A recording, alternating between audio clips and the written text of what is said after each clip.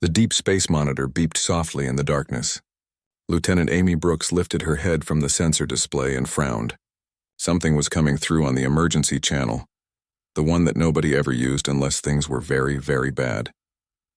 She adjusted her headset and listened carefully. The signal was weak and broken up by static, but she could hear the panic in the alien voice. It was speaking in a language she didn't recognize, but the computer was translating it automatically. Please, anyone who can hear this message. We need help. Our ship is under attack. Shields failing. We have children aboard. Please help us. Amy's fingers flew across her keyboard. She had been monitoring deep space communications for 3 years now, and she had never heard anything like this. The Galactic Council had strict rules about the emergency channel. You only used it when death was certain. Commander Morrison, you need to hear this, she said into her comlink. Jake Morrison was in his quarters, trying to get some sleep. The UHS Defiant had been on patrol for 6 weeks, checking trade routes and making sure pirates stayed away from Council shipping lanes. It was boring work, but someone had to do it. He sat up quickly when he heard Amy's voice. She sounded worried, and Amy never worried about anything. What is it? He asked, pulling on his uniform jacket. Emergency signal, sir.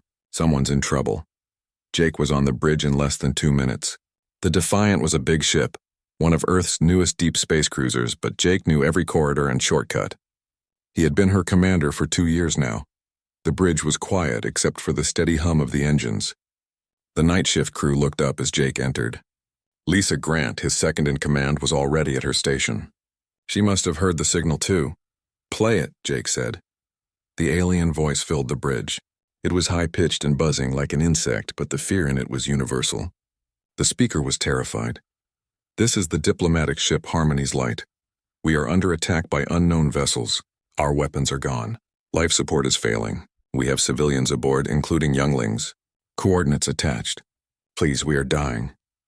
Then the message cut off and started again from the beginning. Jake looked at the star chart. The ship was 4 hours away at maximum speed. That was a long distance, but the Defiant was fast. Faster than most Council ships anyway. Any other ships in the area? He asked. Lisa checked her screens and shook her head. No, sir, we're the closest by far. Council patrol ships are at least 12 hours out. Jake didn't hesitate. Set course. Maximum speed. Sound battle stations. Alarms rang through the ship as the crew rushed to their posts. Jake sat down in his command chair and watched the stars blur as the Defiant accelerated. The ship's powerful engines pushed them faster and faster, bending space around them. All departments report ready, sir, Lisa said. Weapons armed, shields at full power. Jake nodded. He opened a ship-wide channel. All hands, this is the commander. We received a distress call from an unarmed diplomatic vessel. They're under attack and they have kids on board. We're going to help them. I know we're tired. I know we've been out here a long time.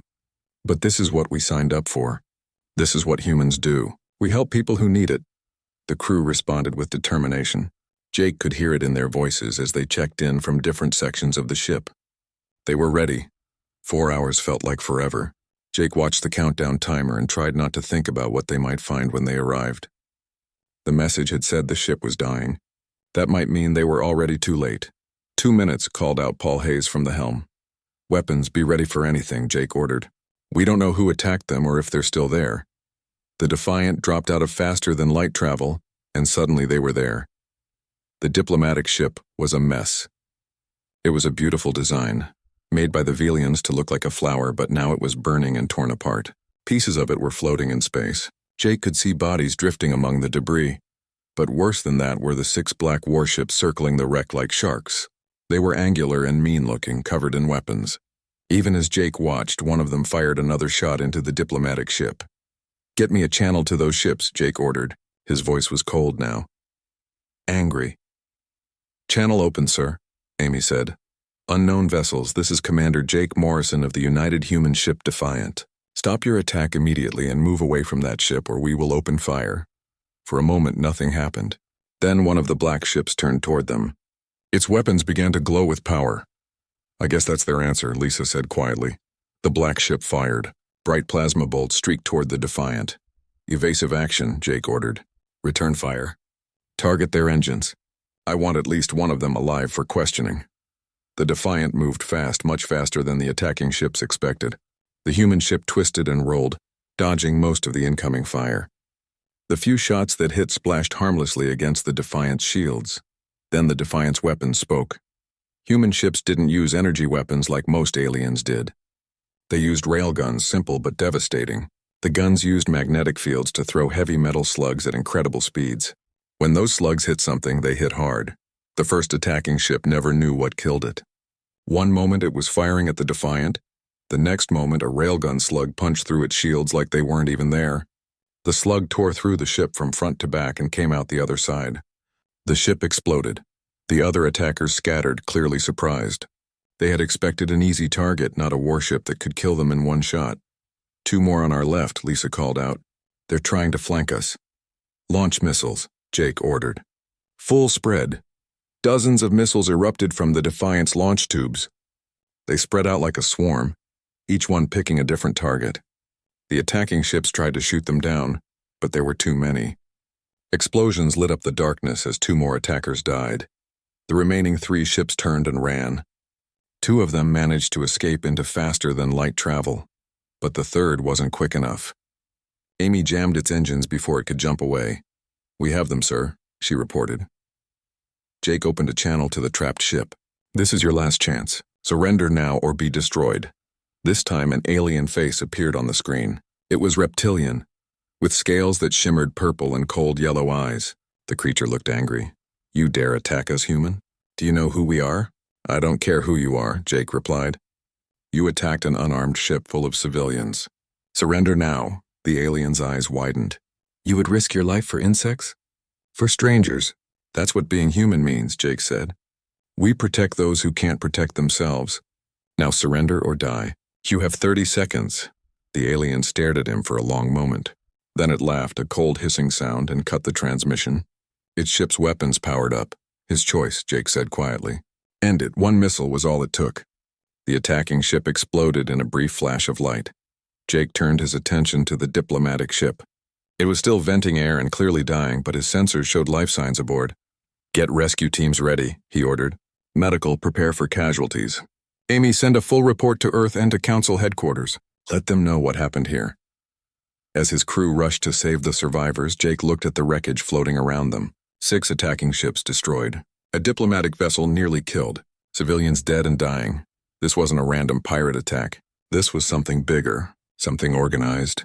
And Jake had a feeling that this was just the beginning. He was right. The rescue took hours. Jake watched from the bridge as his teams worked in their spacesuits, cutting through twisted metal to reach survivors. The diplomatic ship was dying slowly, its systems failing one by one. Dr. Helen Carter worked in the Defiant's medical bay preparing for the wounded. She had set up extra beds and gathered every medical supply they had. Helen had been a trauma surgeon on Earth before joining the space fleet, and she had seen terrible things, but she had never treated aliens before. The first survivors came through the airlock on stretchers. They were Velians, insect-like creatures with hard shells and multiple limbs. Their bodies were broken and burned. Green blood leaked from their wounds. Helen didn't hesitate. She had studied alien anatomy, and her medical computer had detailed files on every known species. She went to work immediately, her hands steady and sure. "This one first," she called to her team. "He's losing too much blood." The Velian on the stretcher was barely conscious. His translator device crackled weakly. "My children, please, my children." "We're getting everyone out," Helen promised. "Just hold on." More survivors kept coming. Out of 320 people on the diplomatic ship, only 92 were still alive. Many of them were badly hurt. Some wouldn't make it, no matter what Helen did. Jake came down to the medical bay after the rescue was complete. He found Helen washing green blood off her hands. She looked exhausted. "How many?" he asked quietly. 43 will make it," Helen said. 27 are critical but stable. "The rest—" She trailed off and shook her head. Jake put a hand on her shoulder. "You did everything you could." "Did I?" Helen looked at the rows of beds. "Jake, the injuries I'm seeing, they're not just from weapons fire." The attackers were targeting life support systems specifically. They wanted these people to suffer. Before Jake could respond, one of the Velian survivors called out to him. It was an older alien, his shell cracked and scarred. The translator on his chest was working better now. "Commander Morrison, I am Ambassador Zixthar. You saved us. My family lives because of you. Jake walked over to the bed. How are you feeling, Ambassador? Alive, which is more than I expected. Zixthar's voice was weak. Commander, do you know who attacked us? They identified themselves as the Kraith Dominion, Jake said. We destroyed their ships, but I'm sure there are more. The ambassador's antennae drooped. Then this is worse than I feared. The Kraith are an empire from the far edge of the galaxy. They have been growing more aggressive for years, but the Council thought diplomacy would work. We thought we could talk to them, reason with them. Doesn't look like talking worked, Jake observed.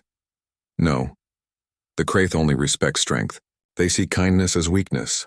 Zixthar paused, struggling to breathe. And now they know the Council is weak. We cannot even protect our own diplomats. They will see this as an invitation to attack. Jake felt a cold weight in his stomach. Are you saying this was just the beginning? I fear so, Commander. The Kraith have hundreds of ships, thousands perhaps, if they have decided to invade Council space. The ambassador didn't finish the sentence. Jake returned to the bridge, his mind racing. Lisa was waiting for him with bad news. Sir, we're receiving reports from across the sector. Multiple distress calls. Mining stations, passenger ships, cargo haulers, all under attack. The main screen showed a map of local space. Red dots were appearing everywhere, each one marking a place under attack. As Jake watched, more dots appeared. How many? He asked. 17 confirmed attacks in the last 6 hours, Lisa replied. And these are just the ones we know about. There could be more. Amy turned from her station. Sir, I'm getting an emergency transmission from Council headquarters. They're requesting aid from all member species. Put it through. The screen changed to show a council chamber. Dozens of different alien species were gathered there, all talking at once. Finally, one of them stepped forward. It was a tall, thin creature with 4 arms and silver skin. Attention, all council members. We are facing a coordinated attack by the Kraith Dominion. Early reports indicate hundreds of their ships have entered our space. Our defense forces are responding, but we are overwhelmed. We formally request military assistance from all member species who can provide it. The transmission ended. Jake looked at his crew. They were all watching him, waiting for orders. He thought about the Harmony's light, about the children who had died in that attack, about Ambassador Zixthar's warning, Amy, open a channel to Earth, priority emergency. It took a few minutes to establish the connection. When Admiral Frank Bishop appeared on screen, he was in the Fleet Operations Center on the Moon. Jake could see dozens of officers working at stations behind him. Commander Morrison, the Admiral said, we've been monitoring the situation. The Council has asked for our help. Sir, requesting permission to stay in the area and provide assistance, Jake said. Admiral Bishop nodded slowly. Permission granted, Commander. But I need you to understand something. This isn't just about your ship anymore. The President has made a decision. We're sending the fleet. Jake felt his heart skip. Sir, the entire fleet? Every combat-ready ship we have, the Admiral confirmed. 72 vessels in the first wave, including the battleships Valiant and Victory. Full deployment in 1 week. Commander, you and the Defiant are the tip of the spear. You need to hold the line until we arrive. How long until the first ships get here? Jake asked. 72 hours. 3 days. The Admiral leaned closer to the screen. Jake, show them what humans can do. Show the Kraith what happens when they threaten our allies. The transmission ended and the bridge was silent. 3 days. The Defiant had to hold for 3 days against an invasion force. Lisa spoke first. Sir, we're one ship. We can't be everywhere at once. No, but we can make a difference, Jake replied. He studied the map of attacks. We prioritize.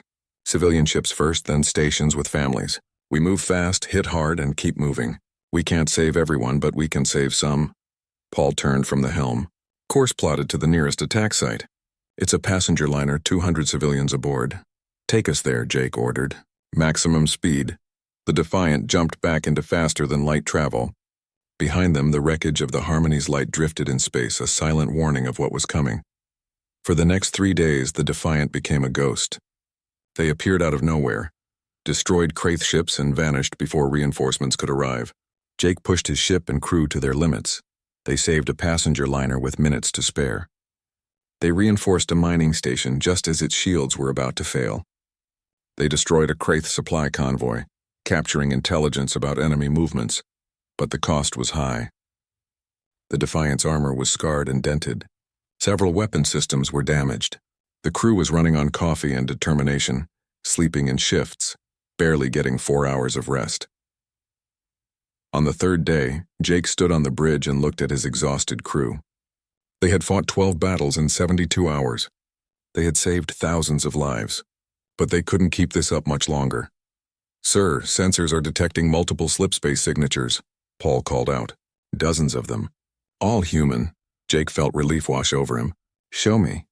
The screen filled with ships emerging from faster-than-light travel. The massive battleships Valiant and Victory led the way, their hulls bristling with weapons. Behind them came cruisers, destroyers, carriers full of fighters, and support ships carrying Marines. Admiral Bishop's face appeared on a communication window. "Commander Morrison, you've done excellent work. The fleet is here. Time to take the fight to the enemy." Jake allowed himself a small smile. The Defiant had held the line. Now it was time to push back. But as he looked at the tactical display showing Kraith positions, he knew the real war was just beginning. The enemy had hundreds of ships spread across Council space. They were dug in and ready to fight. The Deathworlder fleet had arrived, and the galaxy was about to learn what humans were truly capable of when they went to war. Jake thought about Ambassador Zixthar's words. The Kraith only respected strength. They saw kindness as weakness. They were about to learn the difference between kindness and weakness. They were about to learn that humans could be both compassionate and deadly, that the same people who would risk everything to save strangers would also fight with terrible fury to protect them. The Kraith had made a fatal mistake. They had attacked the innocent and expected no response. They had assumed the galaxy was too soft, too civilized to fight back. They were wrong. The war room aboard the battleship Valiant was crowded with officers. Jake stood near the back, feeling out of place among the admirals and high-ranking commanders. The Defiant was being repaired in a nearby station, so he had been called to the planning session. Admiral Frank Bishop stood at the head of the table, studying a holographic map of the war zone. Red markers showed Kraith positions. Blue markers showed human and council forces. There was a lot more red than blue. "The Kraith have taken 47 systems in the past week," the Admiral said. "They're moving fast and hitting hard. Council forces are falling back on every front." A tall woman in a captain's uniform spoke up. "What about the other Council species? Where are their fleets?" "Scattered and demoralized," replied another officer. "The Talshek lost 3 cruisers in the first day and pulled back to defend their home worlds. The Ornathi are trying to organize a defense line, but they're not trained for this kind of warfare. Most Council species haven't fought a real war in centuries." Jake spoke without thinking. "They're not used to fighting people who want to hurt them." Everyone turned to look at him. Admiral Bishop nodded. "Commander Morrison makes a good point. Council military doctrine is built around peacekeeping and deterrence. They're not ready for an enemy that accepts casualties and keeps coming. But we are," said Captain Linda Shaw. She commanded the UHS Thunderstrike, a heavy cruiser with a reputation for aggressive tactics. "Earth hasn't known a century of peace. We remember how to fight." The Admiral brought up new data on the display. "Intelligence reports indicate the Kraith are concentrating forces in the Helios cluster.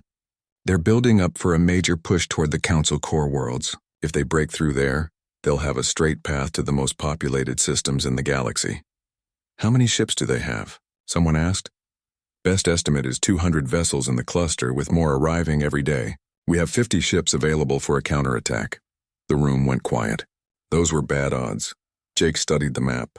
The Helios cluster was a dense region of stars with asteroid fields and the remnants of a destroyed moon, creating a complex battlefield. "Fighting there would be chaos. The debris fields could work in our favor," he said. "Kraith ships are larger than ours, less maneuverable. If we use the asteroids for cover, hit-and-run tactics, we could even the odds." Captain Shaw looked at him with interest. "You fought in the border wars, didn't you, Commander?" "Yes, ma'am. 3 years hunting pirates in the asteroid belts of the outer system." Admiral Bishop made a decision. "Commander Morrison, you'll coordinate the tactical approach. Captain Shaw, you'll lead the assault wing. I want a battle plan in 6 hours." The meeting broke up and Jake found himself working with a team of tactical officers. They studied the Helios cluster from every angle, looking for advantages. "The Kraith fight in formation," one officer observed. "Tight groups, mutually supporting fire. Very traditional." "So we don't fight traditionally," Jake replied. "We spread out. Use the debris as cover. Make them chase us through the asteroids. Every time they commit to an attack, we slip away and hit them from a different angle. They worked through the night, building a plan that relied on speed and surprise. Human ships would enter the cluster from multiple directions, forcing the Kraith to divide their forces. Then they would use the terrain to pick apart the enemy fleet piece by piece. It was risky. It required perfect timing and coordination, but it was better than a straight-up fight they couldn't win.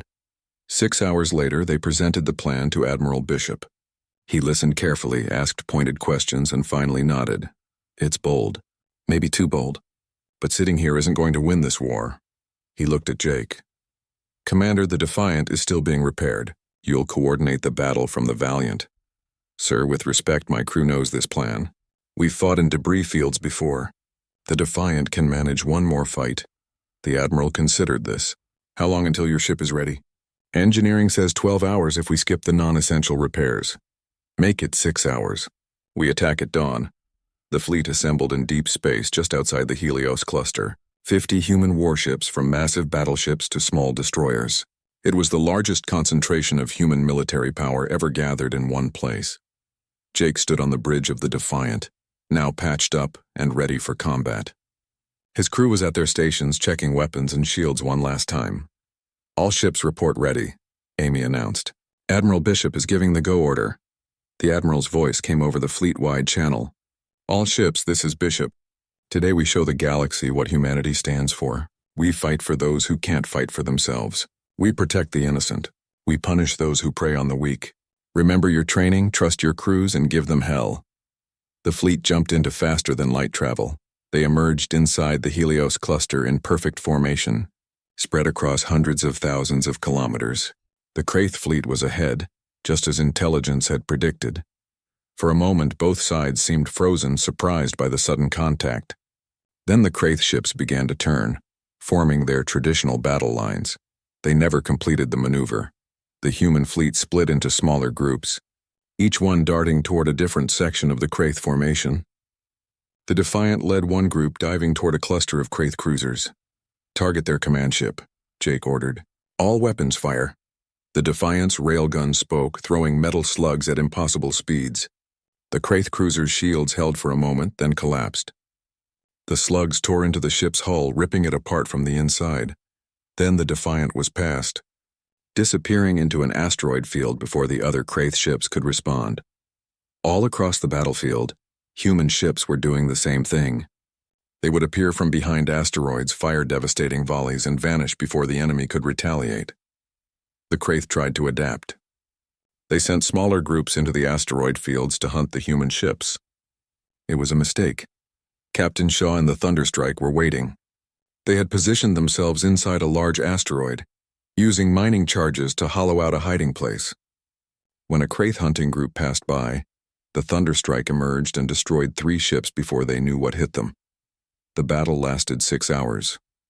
It was brutal and chaotic, fought in 3 dimensions among drifting rocks and debris.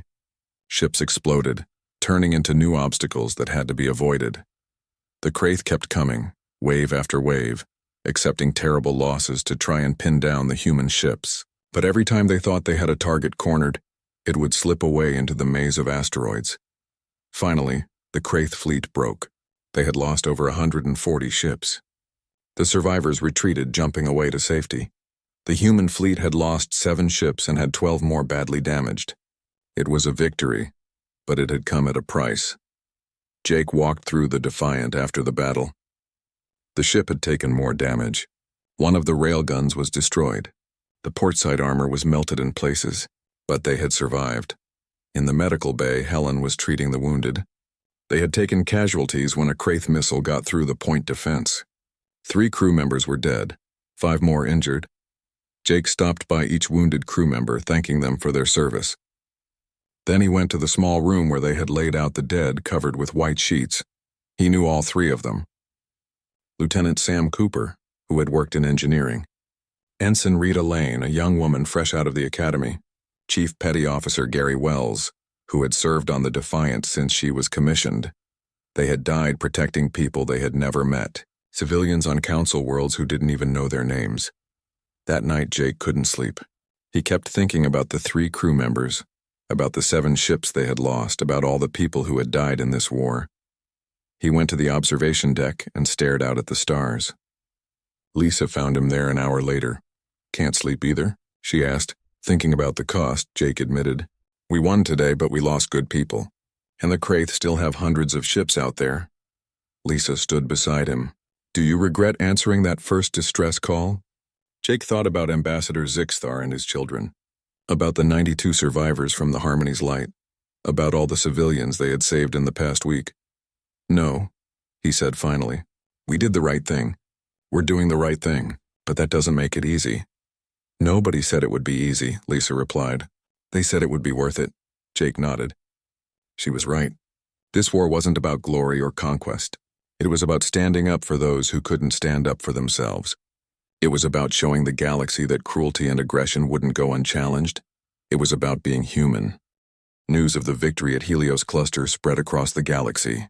For the first time since the invasion began, the Council species had hope. The unstoppable Kraith had been stopped, and stopped hard, but Jake knew the war was far from over. The Kraith still controlled dozens of systems, and they were regrouping for another assault.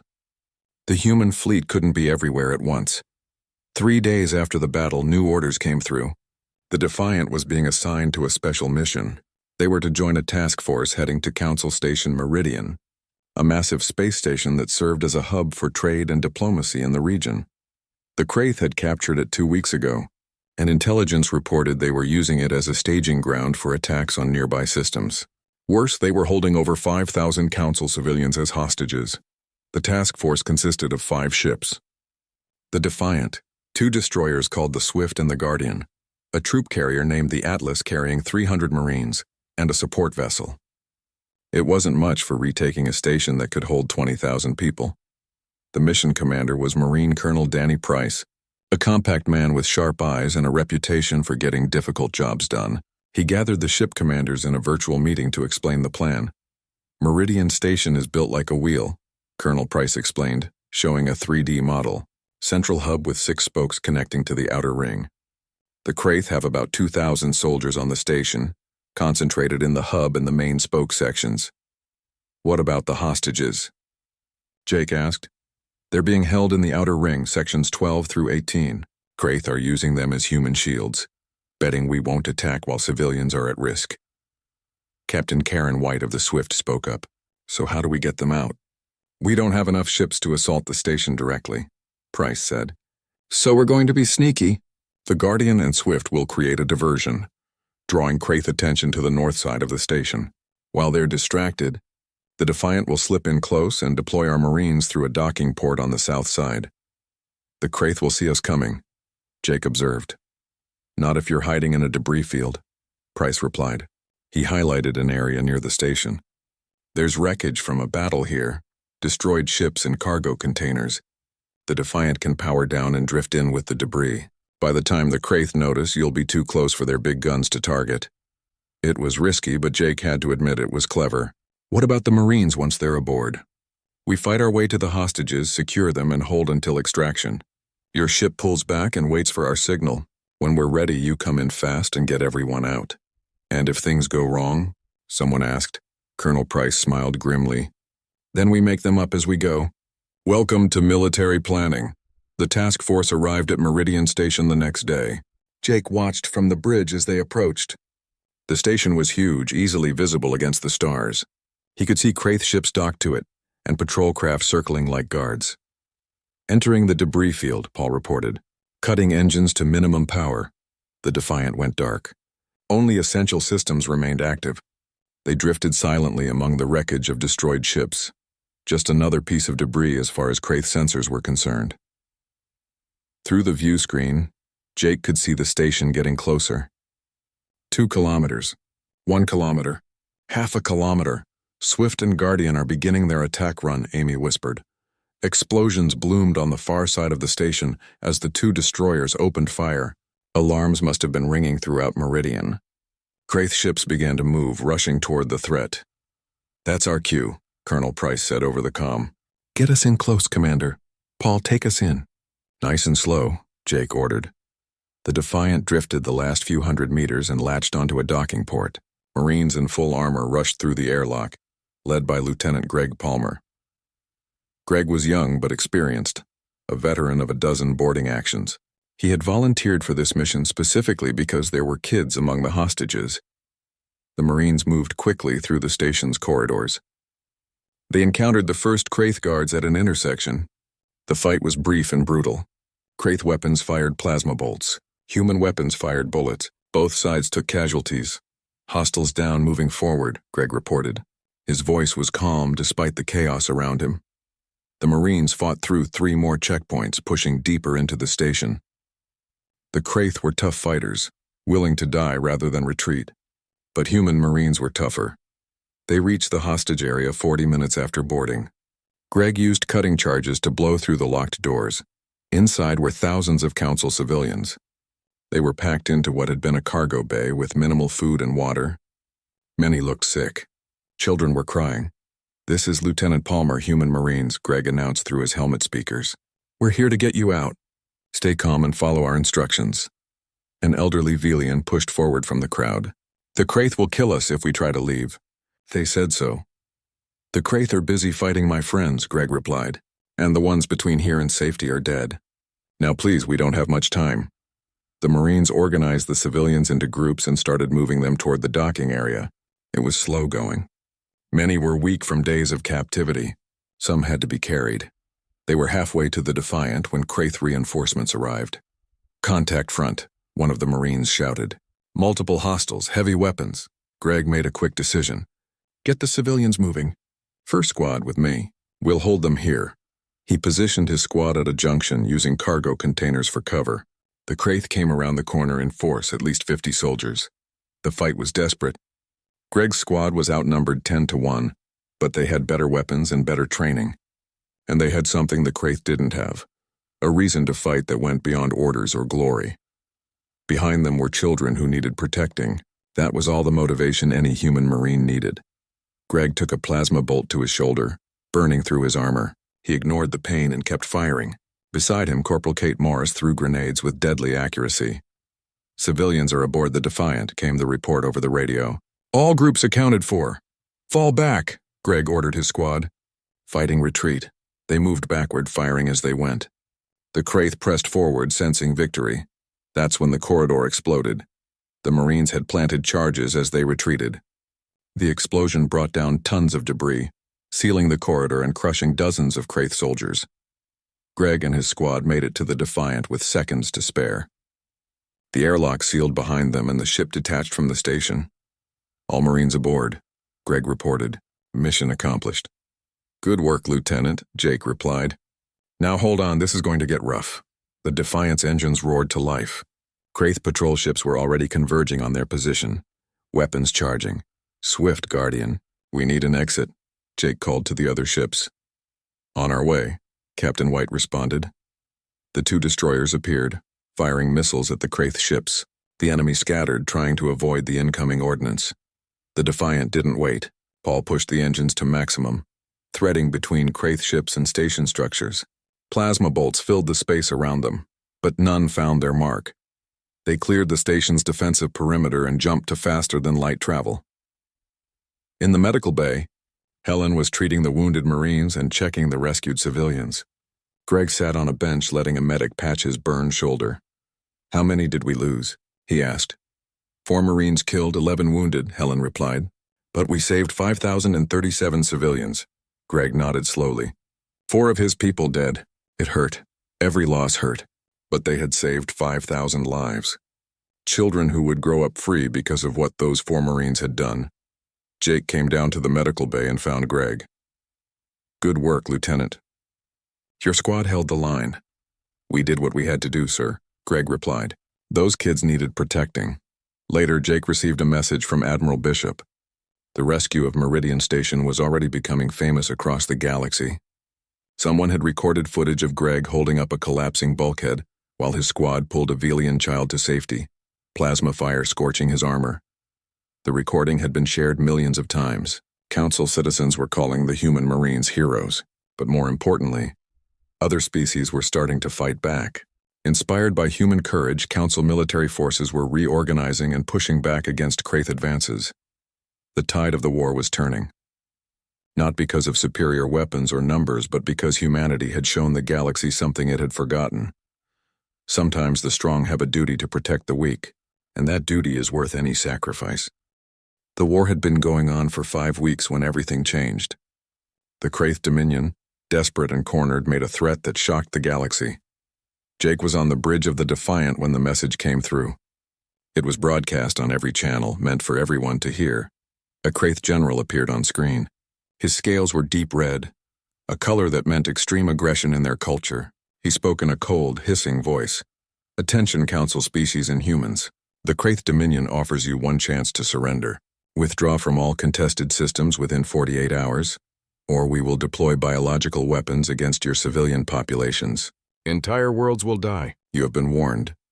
The message ended, leaving a terrible silence on the bridge. "Can they actually do it?" Lisa asked quietly. Amy checked her intelligence files. "According to our data, the Kraith were working on bioweapons before the war. We don't know if they're actually ready to use them." "We can't take that risk," Jake said. He opened a channel to Admiral Bishop. "Sir, did you receive that transmission?" The Admiral's face was grim. "We did. Every council leader is panicking. Some are already calling for surrender." "We can't surrender," Jake protested. "The Kraith will just enslave everyone. Their culture doesn't understand mercy." "I know, Commander. That's why we're launching an immediate operation to find and destroy those bioweapons before they can be used. Intelligence has located what we think is their main research facility. It's in the Kilo system, heavily defended. The Defiant can be there in 6 hours," Jake said immediately. "You won't be going alone. We're sending every available ship. This is our priority target. If we don't stop this, the war is over and millions will die." The fleet assembled quickly. 20 human ships along with whatever council forces could be spared. It wasn't enough for a prolonged battle, but it would have to do. The Kalos system was deep in Kraith territory. The bioweapons facility was built into an asteroid, surrounded by defense stations and over 60 Kraith warships. "That's a lot of ships," Paul observed from the helm. "Then we'd better be fast," Jake replied. He studied the tactical display, looking for weaknesses in the Kraith formation. The plan was simple but dangerous. The fleet would punch through the Kraith defenses, get close enough to launch a strike team and hold off the enemy long enough for the team to destroy the facility. Then everyone would retreat before Kraith reinforcements arrived. Jake had volunteered the Defiant to carry the strike team. It meant his ship would be in the most danger, taking the most fire, but he wouldn't ask anyone else to take that risk. "All ships, this is Bishop. We're going in fast and hard. Hit them with everything you've got. Don't try to win every fight. Just clear a path for the Defiant. Good luck, everyone." The human fleet jumped into the Kalos system and immediately came under fire. The Kraith had been waiting, their defensive positions carefully prepared. Plasma fire and missiles filled space. The human ships pushed forward, taking hits but giving back worse. The battleship Valiant led the way, her massive guns tearing through Kraith ships like paper. But the Kraith had numbers on their side. For every ship the humans destroyed, 2 more moved in to take its place. "We're taking heavy fire," Lisa reported. "Forward shields down to 40%. "Keep going," Jake ordered. "We have to get close enough to deploy the strike team." An explosion rocked the ship as a Kraith missile got through the point defense. Alarms blared and lights flickered. "Hull breach on Deck 7, Amy called out. "Damage control teams responding." The Defiant pushed deeper into the battle, taking hit after hit. Around them, other human ships were fighting desperately. The destroyer Guardian took critical damage and had to fall back. The cruiser Thunderstrike was locked in a close-range duel with 3 Kraith cruisers. Finally, they were close enough. The asteroid facility was ahead, its weapons firing at anything that came near. "Launch the strike team," Jake ordered. A boarding craft detached from the Defiant and raced toward the asteroid. It was small and fast, designed to avoid detection.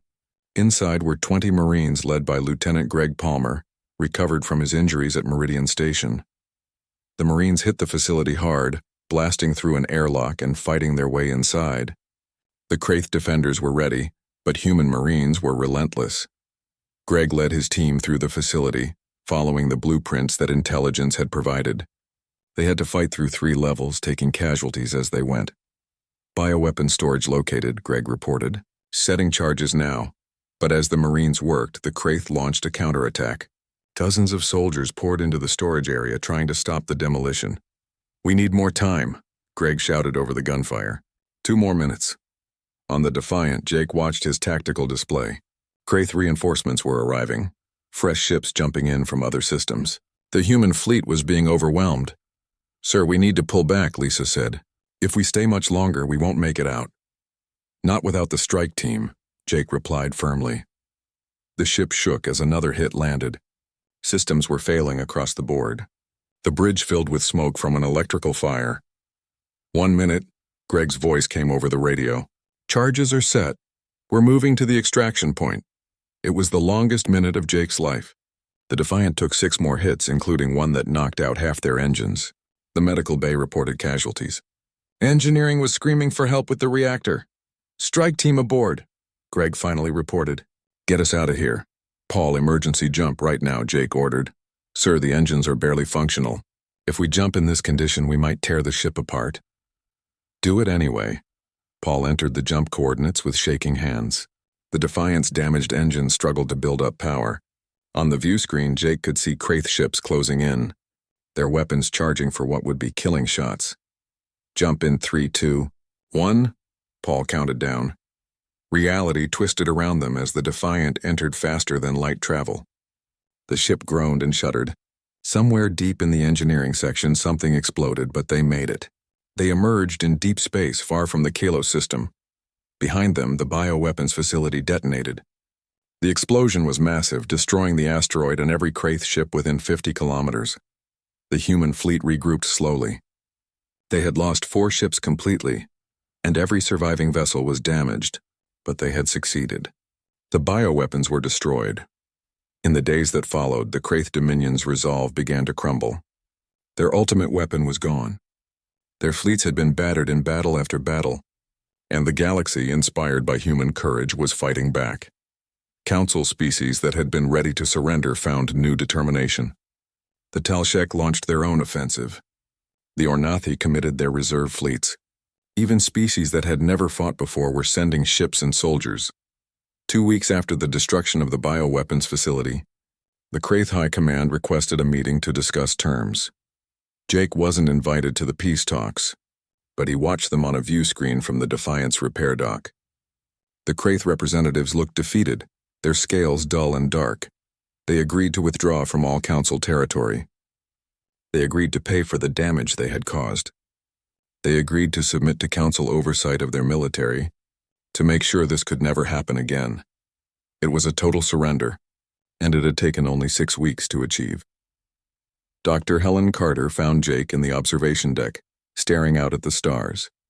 The Defiant was in pieces around them, undergoing major repairs that would take months. "Thinking about the cost?" Helen asked. Jake nodded. "We lost 17 ships. Over 2,000 people dead. Thousands more wounded. Was it worth it?" "Ask the people we saved," Helen replied. "Ask the 5,000 hostages from Meridian Station.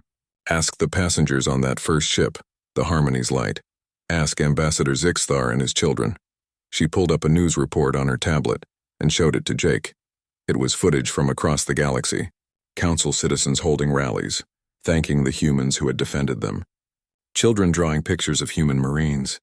Governments passing resolutions of gratitude. One clip showed Ambassador Zixthar giving a speech to the Galactic Council. His voice was strong and clear.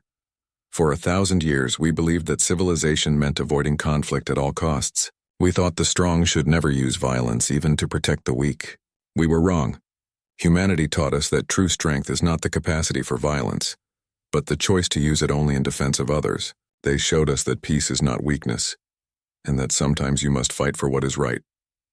Jake watched the speech and felt something in his chest loosen. The weight he had been carrying, the guilt over the lives lost, didn't disappear, but it became bearable. "We did the right thing," he said quietly. "Yes," Helen agreed. "We did." Later that day, Jake received orders. The Defiant would be in repair dock for 3 months. After that, she would return to patrol duty, protecting Council shipping lanes and responding to distress calls, because that's what humans did now. They were the protectors, the ones who answered when someone called for help. The galaxy had learned that when you trigger an SOS, humans will come. No matter the danger, no matter the cost, they will come. 3 months had passed since the end of the war. The Defiant was finally ready to leave the repair dock, completely rebuilt and better than ever. But the galaxy had changed in those 3 months, and so had humanity's place in it. Commander Jake Morrison stood on the bridge of his ship, watching as the final repair crews disconnected their equipment. Around him, his crew worked at their stations, running system checks and preparing for departure. All systems green, Lisa reported. Weapons, shields, engines, everything is operating at 100%. Good, Jake said. Amy, any word from command on our first assignment? Just came through, sir, Amy replied, looking at her screen. We're being assigned to Sector 7.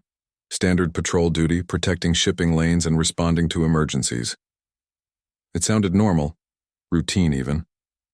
But Jake knew better. Sector 7 bordered the former Kraith territory. It was one of the most dangerous areas in Council space, full of pirates and smugglers trying to take advantage of the post-war chaos. Before he could respond, another message came through. This one was marked priority. Sir, we're being hailed by Council Central. It's Ambassador Zixthar. Jake smiled. He hadn't spoken to the ambassador since the rescue. Put him through. The Valiant's face appeared on screen. He looked healthy now, fully recovered from his injuries. His antennae were bright and alert. Commander Morrison, it is good to see you again. I heard your ship was repaired. I wanted to speak with you before you returned to duty. It's good to see you too, Ambassador. How are your children? They are well, thanks to you and your crew. They ask about the humans often. They want to know when they can meet the people who saved them. Zixthar paused. Commander, I am calling because the Council has made a decision. We wish to honor humanity for your service during the war. Jake felt uncomfortable. Ambassador, we were just doing our job. We don't need honors. Perhaps not, but the galaxy needs to see them. In 2 weeks, the Council is holding a ceremony at our headquarters. Every member species will attend. We would like you and your crew to be there. Jake wanted to refuse, but he could see the importance in the ambassador's eyes. This wasn't just about thanking the Defiant. It was about the Council publicly acknowledging what humanity had done. We'll be there, Jake agreed. The ceremony was held in the Grand Hall of the Galactic Council, a massive chamber that could hold representatives from all the member species. Jake and his senior officers stood on a platform, feeling out of place in their dress uniforms. The hall was packed, not just with politicians and diplomats, but with ordinary citizens, families who had been saved during the war, survivors from attacked stations and ships. They filled every available space, thousands of beings from dozens of different species. The council speaker, a tall crystalline being whose species Jake had never met, addressed the crowd. We gather today to honor those who defended us in our darkest hour. When the Kraith Dominion attacked our worlds, when they threatened our families, we called for help, and humanity answered. The speaker gestured toward Jake and his crew. These humans and thousands like them risked everything to protect strangers. They asked for nothing in return. They expected no reward. They simply did what they believed was right. Around the hall, the crowd was completely silent. Every eye was on the human officers. Commander Jake Morrison heard a distress call from a ship he had never seen, carrying people he had never met. He could have ignored it. He could have waited for someone else to respond. Instead, he took his ship into danger without hesitation. That single act of courage began a chain of events that saved millions of lives. The speaker continued, talking about the battles at Helios Cluster and Meridian Station, about the destruction of the bioweapons facility, about every moment where humans had chosen to stand and fight rather than run. Today, the Council formally recognizes humanity as a protector species. This is an honor that has been granted only 3 times in our history, to species who have proven they will defend the weak and uphold justice, even at great cost to themselves. The hall erupted in applause. The sound was overwhelming, a wave of gratitude from thousands of voices. Jake felt Lisa nudge him. "You need to say something," she whispered. He hadn't prepared a speech. He had no idea what to say, but he stepped forward and the hall went quiet again. "Thank you for this honor," Jake began. His voice sounded small in the huge chamber. "But I need you to understand something. We didn't do this for recognition. We did it because it was right. Because when someone calls for help, you answer. That's what being human means." He looked out at the crowd, seeing the faces of dozens of different species. For most of our history, humans were alone on our planet. We only had each other. We learned that if we didn't help each other, nobody would. We learned that the strong have a responsibility to protect the weak. We learned that your worth isn't measured by what you take, but by what you give. Jake paused, gathering his thoughts. When we joined the Galactic Council, we were the newcomers, the strange ones from the Death World. Some of you were afraid of us, but you gave us a chance. You welcomed us into this community, and when that community was threatened, we defended it, because that's what you do for family. The applause started again, but Jake held up a hand. I'm not finished. This honor you're giving us, it comes with a promise. Humanity promises that we will always answer the call. Always. No matter how far away, no matter how dangerous. If someone needs help, we will come. That's our oath to you, and we will never break it. The hall erupted again, louder this time. Jake stepped back, feeling exhausted and relieved that it was over. After the ceremony, Jake and his crew were surrounded by well-wishers. Council citizens wanted to shake their hands, thank them personally, take pictures with the famous humans who had saved the galaxy. One young Velian approached Jake shyly. She was small, barely up to his knee, with delicate antennae that quivered nervously. Are you Commander Morrison? She asked in a tiny voice. Jake knelt down to her level. I am. What's your name? I'm Zara. I was on the Harmony's light. You saved me and my parent. Jake felt his throat tighten. I'm glad we got there in time. I wanted to say thank you, and I wanted to show you something. Zara held up a drawing. It showed a human ship, clearly the Defiant, with stars around it. At the bottom, written in careful letters, were the words, My Heroes. Can I keep this? Jake asked. Zara nodded enthusiastically. I made it for you. Jake carefully folded the drawing and put it in his pocket. Thank you, Zara. I'll treasure it. That evening, the Defiant's crew gathered in the ship's common area. They had been given a week of leave before returning to duty, but most of them had chosen to spend it together on the ship. Dr. Helen Carter raised a glass. To the crew of the Defiant, the finest people I've ever known. To the crew, everyone echoed. They talked late into the night, sharing stories from the war, remembering fallen friends, and wondering what the future would hold. Lieutenant Greg Palmer, his shoulder fully healed, was telling a group about the Meridian Station rescue when he paused. You know what's funny? Before the war, I wanted to be famous. I wanted to be a hero. Now that I am, all I can think about is how many people didn't make it. How many Marines died on that station? That's what makes you a real hero, Lisa said quietly. Real heroes don't do it for glory. They do it because someone has to. Jake sat with them, listening more than talking. He thought about everything that had happened since that first distress call. About Ambassador Zixthar and little Zara. About the 5,000 hostages they had freed. About the bioweapons they had destroyed. They had changed the galaxy. Humanity had proven that the Deathworlder fleet wasn't just a scary name. It was a promise. A promise to protect the innocent and punish those who would harm them. But more importantly, they had changed how the galaxy saw strength. It wasn't about having the biggest weapons or the most ships. It was about what you chose to do with that power. The next morning, the Defiant departed for Sector 7. As they jumped into faster-than-light travel, Jake looked at the drawing Zara had given him. He had it pinned to his command console where he could see it every day. My heroes, it said. Jake hoped they could live up to that. He hoped humanity could continue to be the galaxy's shield, the ones who answered when someone called for help. Far across the galaxy, on 1,000 different worlds, Council citizens were going about their lives. They worked and played, raised their children, pursued their dreams. And they did it all knowing that if danger came, if someone threatened them, help would arrive. The Deathworlder fleet was watching. Humanity was watching, and they would always answer the call. Years later, historians would look back on this time and call it the beginning of the Golden Age. The period when the galaxy learned that peace wasn't maintained through weakness or fear, but through strength tempered by compassion. Other species began to follow humanity's example. They trained their own protector fleets. They answered distress calls. They stood up to bullies and aggressors. The galaxy became a safer, better place. Not because war had ended, conflict would always exist, but because good people were willing to fight for what was right. And it all started with one distress call. One human commander who decided to answer. One ship that chose to help strangers in need. The Defiant continued her patrols for